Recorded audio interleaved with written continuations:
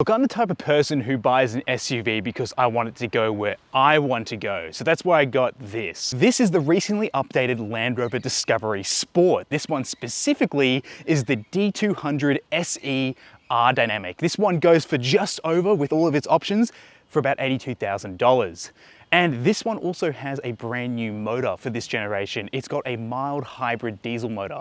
And I'm actually the first person in Australia to test this motor in this car. So it is really exciting for me, and I'm really excited to let you know what this is like to drive. But I'll also show you what's on the outside, the inside, and then at the end, let you know if you should buy one. My name's Cameron, this is Product Review Cars, let's get into it. So the R Dynamic package has made the front look far more aggressive. I wasn't really a fan of the previous generation's looks. I thought it was a little bit cartoony, but here it's a lot more serious and I'm loving it. Starting from the top, there's actually a black plastic panel on the bonnet, and that's a airbag, because that's meant to be if you hit a pedestrian at some sort of speed, that will hopefully reduce harm on them. So that's a nice little bonus and something to think about every time you see a Discovery Sport with that panel on it.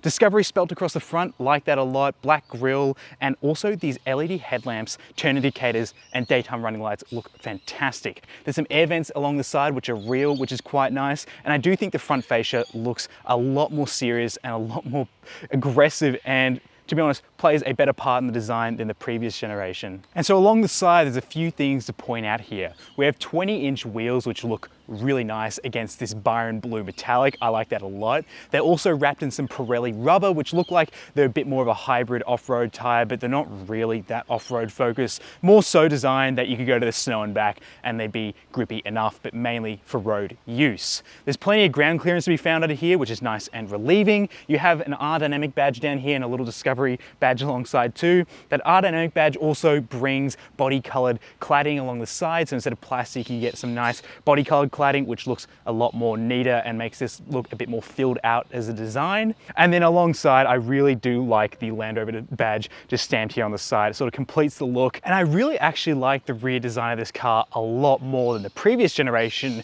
because mainly these lights have been redesigned. They have like a mesh texture in them and a bit of a 3D effect, and they look far better than the previous generation, and I'm really liking what's happening back here.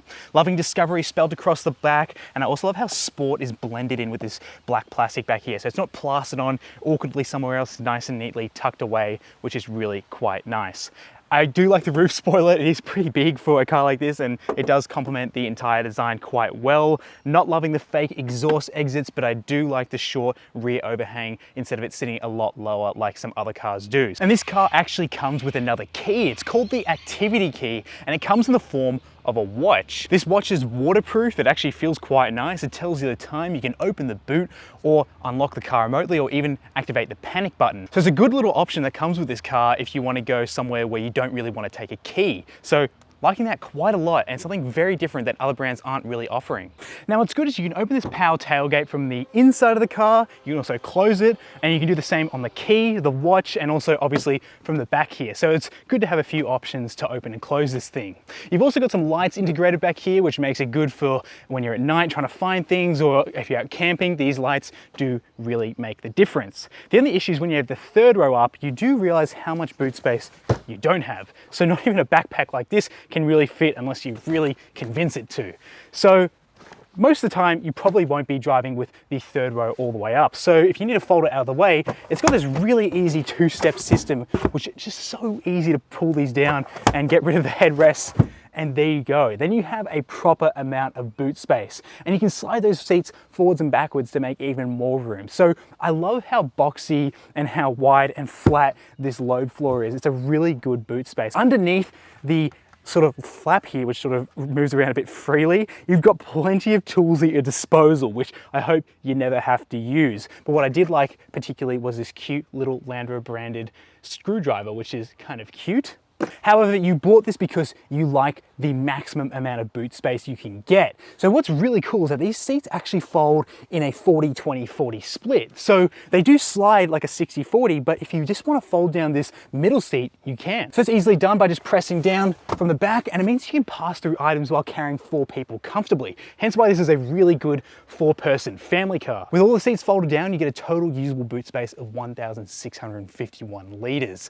Definitely up there as being being a spacious medium-sized SUV, but at the same time, you're going to be able to make the most of it. So while on paper it might be less than some other SUVs, you've got this big boxy and flat opening, which means that it's very versatile to fit a number of items in here. Now here's the headline for the new interior. The build quality is exceptional. The quality of materials is very, very good. And overall, it has really seen a major update here on the inside of the Discovery Sport compared to the last generation. So a couple of years ago, my family had the option to buy a Range Rover Evoque or a Land Rover Discovery Sport, and we went with the Evoque because the interior was just that much better.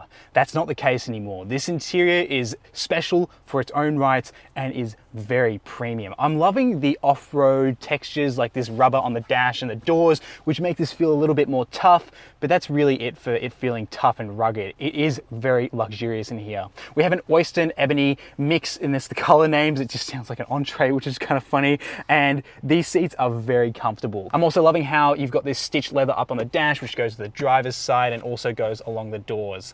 Loving the real metal that you find everywhere, whether it's around the shifter, on the doors, or especially on these paddles. This is how you do paddles. This is what Land Rover is getting right so well in their interiors, is having premium feeling paddles, because they know everything you touch is how you're going to perceive the car, and they know that flimsy plastic paddles just don't cut it anymore. You either get rid of them or include beautiful ones like this. The gauge cluster in front of me is the one we've seen in the F-Pace and also the Defender. Really clear and easy to read. It's got great customization options, and you can see stuff like a map, your media settings, and you can just get rid of the dials altogether if you really want to. So I love this gauge cluster, and it's a great addition to this cabin.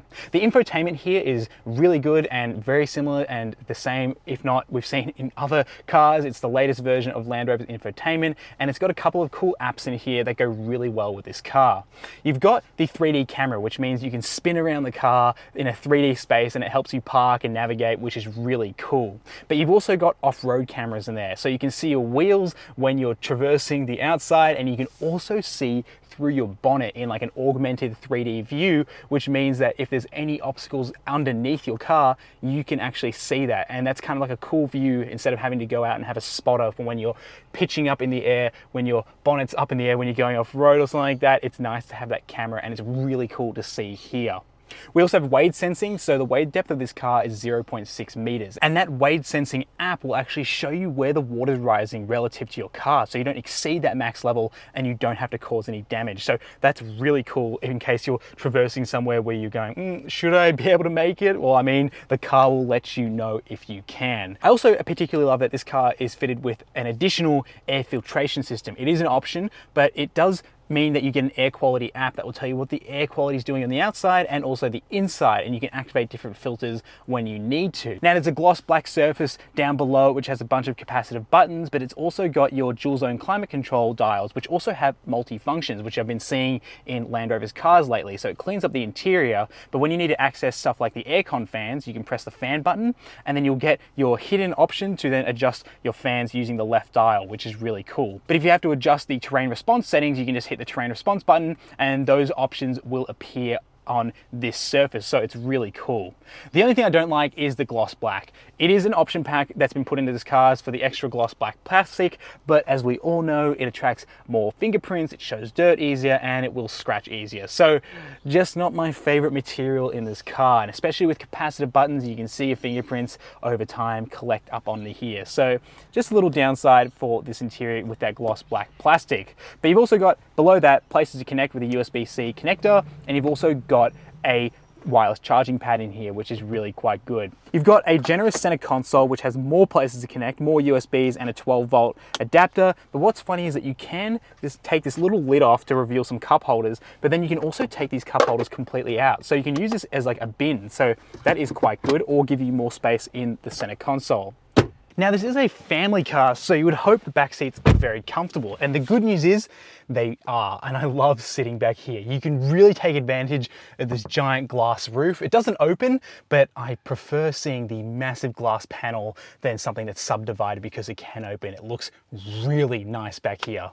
These seats can slide forwards and backwards, and they do slide forwards and backwards in a 60-40 split, but they fold down in a different way. You can also get a bit more recline in these seats, which is nice for for longer trips. So if you're carrying up to 4 people, it's going to be really comfortable. You've also got some little features here on the doors. You've got like a blind spot monitoring. So if you go to open your door and you look at that, it will let you know if there's a object in your blind spot, so it stops you from opening doors on cyclists if you don't check, for example. So that's quite good because these doors are a little bit beefy. Now I love the side windows and how much light they bring in, but if you want more air, they only fold down about 3/4 of the way. So that's a bit sad to see how much glass is still left up. So a little bit annoying if you want a bit more airflow in the back. Now I have plenty of knee room. I'm 5'11". These seats have been caved out a bit more to give you even more knee room. So I've got plenty of knee room, plenty of feet room for an SUV in this category. And my headroom is, yeah, it's okay. If I'm taller than 5'11" or I have a very tall torso, I might be hitting my head because this has to make room for the glass panel and the cover that it has. But hey, if you need to see more upright, you do have plenty of head clearance with the glass roof because it actually is pushed up a bit more. And then also, we do have some vents back here, but we are missing some USBs. We only have a 12-volt socket back here, which is a little bit of a downside. The middle seat is quite good. It's nice and wide, and yes, there is a bit of a transmission tunnel and exhaust tunnel. And the only issue is that if the person on the left has their seat back, you've sort of got a bit of an awkward space to move your feet because they're sort of trapped between the seat and the transmission tunnel. So that's just a little bit annoying if you have bigger feet here in the back. You've also got a nice little armrest here, which does have a little space to store any small items like a phone or some coins or whatever you put in here. It's kind of shallow, so not many options there, but it is nice to lock something away, and you can even hide it away in the seat, so that's quite cool. Now, do you remember those station wagons that used to come with those jump seats that faced out the back and it made it a 7-seater? This is the modern version of that. Adults can't fit back here unless you're smaller than 5'11", because I certainly can't fit back here. My knees are right up against the seat here. Sure, I can make it more upright and make more room for myself, but this middle row is not going to be happy if I do that. I have minimal arm room and my headroom is pretty constricted, and if I really had to be back here, I possibly could, but really this acts as a jump seat. So the jump seat is really for those pickups that you didn't expect to make, say mainly after school, and the kids go, hey, can I have my friends over? Sure. Jump them in the car, at least you have 7 seats. Or if you have to go to the after school pickup for sport, for example, and you need to give so-and-so a lift home, these also help with that option. And the fact that they fold up independently means you can add more cargo space by just having 6 seats, for example, if you really had to. So these do make a good option for jump seats, and that's what these are. They're not a substitute for a full 7-seater, unless you have someone who actually enjoys spending a lot of time back here, because I remember in my 7-seater back when I was a kid, I loved to sit in the back seats. So hey, they are an extra fun option for those who enjoy sitting back here too. But really the main focus of this car is this brand new motor. Everything else can be improved and that's great, but really it comes down to driving this thing. And this D200 Ingenium diesel motor is a cracker. So like I said at the beginning, I am the first person in Australia to test this car and let you know what it's like with this motor. And I'm really excited about that. It's an absolute awesome privilege. And so, you know, I've got to let you know everything you need to know about this motor. But really, I'm just going to tell you what it's like to drive. I'm talking from experience too, because we had a 4-cylinder turbo diesel motor from Land Rover for over 5 years. Before that, we had a V6 from Land Rover. So I can tell you with some actual experience under my belt that this is a genuine improvement. So this engine is a 2-litre turbocharged 4-cylinder diesel motor. It's got a mild hybrid system attached to it, and it produces 150 kilowatts and 430 newton meters of torque. It's got a 0 to 100 time in around 8.9 seconds. And look, that's respectable for a big family car because you're going to be just fine getting up to speed with that amount of power. You've obviously got all-wheel drive, and you also got a 9-speed automatic, which we'll get to later. At the moment, I just want to tell you what this engine is like. And look, the mild hybrid system really does bring out the best in this engine, and it's really bringing back diesels for me in this form factor. And that's because before, diesels, not my favorite engine. And look, big diesels are great because they have plenty of torque, but they still have that truck-like quality where you feel like you need to strain them a little bit more to squeeze a bit more power out of them. But this one with the mild hybrid system, actually allows this engine to relax a little bit, and the mild hybrid system sort of picks the engine up. That's what it's feeling like, at least. So you're getting a quieter ride with lower RPMs, you're getting more and improved better response from the motor. So when you do that start stop at the lights, the engine can switch on a lot quicker than it used to be. And there's a general overall improvement with this motor now that it has a mild hybrid system attached to it.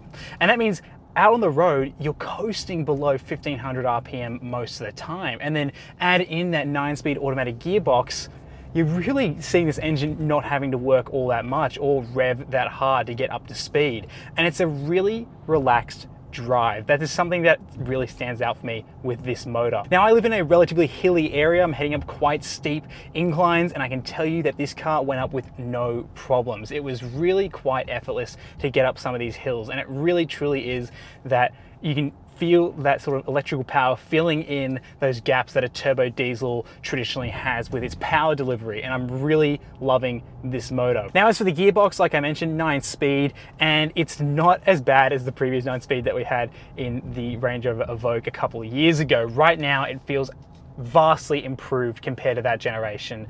And sure, maybe once or twice it might have a moment of indecisiveness, but aside from that, it's doing a great job of swiftly moving up and down the gears without you having to feel anything, which I really think is quite cool. And it's taking advantage of the fact that it has 9 gears, because it sort of feels like it's always continuously moving up and down. And look, it's not an issue to have this many gears in this car, where before I was a bit apprehensive because I don't think the tech was fully developed, where here it feels a lot more mature than it did previously. And manual shifting is actually quite a treat. You can knock this shifter into sport mode, which sort of livens up the gear changes a bit more and livens up the car a bit. And you can also shift like you would expect to see on a sports car. Down is up a gear, and push forwards is down a gear. That is a sequential pattern, and that's what I would expect most manufacturers do, and I find it bizarre that they don't all the time. So it's cool to see it applied here. Now, in this S mode in the gearbox, you are getting a bit more responsiveness from the car itself, and I'm liking it a lot. It does feel nice and grippy on the road. The all-wheel drive system is quite good. It doesn't feel like it's understeering at all through corners at higher speeds. It is behaving like an SUV, so there is a bit of body roll and there is a bit of pitching and leaning, but I don't really expect it to act completely flat and stiff, because that's not the point of this car. It does have very good road manners, and it does handle very well, which is really impressive for a SUV that has 7 seats. So in terms of efficiency, this motor is getting a claimed 5.7 litres per 100 Ks, which actually is a respectable distance. And so look, that gives you a bit more confidence when you head on the open road, because that mild hybrid system really does a good job of bringing those revs down. I've seen it in the Defender, I've seen it in the Jaguar, and now I'm seeing it here in the Discovery Sport. So it's doing a really good job of extending the life of a full tank of diesel. Well, if you do need to pay for a full tank of diesel as well, you should expect to pay about $92 for a full tank. And now look, around town, you're going to see you doing that a bit more often, but luckily, since this is a very efficient motor now, even compared to our previous generation without the mild hybrid, this should see you do plenty of distance on a full tank. Now, we do have 20-inch wheels on here, but there is enough meat, and also the suspension travel allows it that you're not rattling around in here, and I feel so comfortable coasting over speed bumps and also just rough patches of road. So the suspension on the road is fantastic. Now, should you buy one of these? In short, yeah, you should, because the really cool thing that Land Rover is doing right now is that they're leaning into the off-road part of SUVs, where other SUVs are sort of going to be more road focused. So that's what's really appealing with this car. Also, it's a case for the diesels. This new motor has breathed life into these small diesel motors. By adding a mild hybrid system here, it really makes this feel a lot more refined than 4-cylinder diesels of the past. So I'm loving this motor. The new interior, the way this is packaged in terms of being like a boxy SUV rather than like a coupe style SUV. 7 seats as well. Those are more for jump seats, but give you a bit more flexibility. Overall, this car has done a massive step up and is far more competitive than it was a couple of years ago. It's definitely the one that you want to take for those big trips if you're going into the bush or going down to the snow instead of some other SUVs. So that is what I'm loving about this car. So I definitely recommend, if you're a family of like 4 or maybe even 5, this is definitely worth checking out and taking for a drive to see if it's something that you really like as much as I do. So all in all, I applaud Land Rover for doing such a big effort on bringing this this Discovery Sport up to a level which is not only in another league of luxury, but it's also got all that tech and now the hardware to go even further into the unknown. So I'm really liking that sort of confidence that it brings, and it really does complement the Land Rover brand really well now. And so with all that said, my name's Cameron. This has been Product Review Cars. I'll see you in the next one.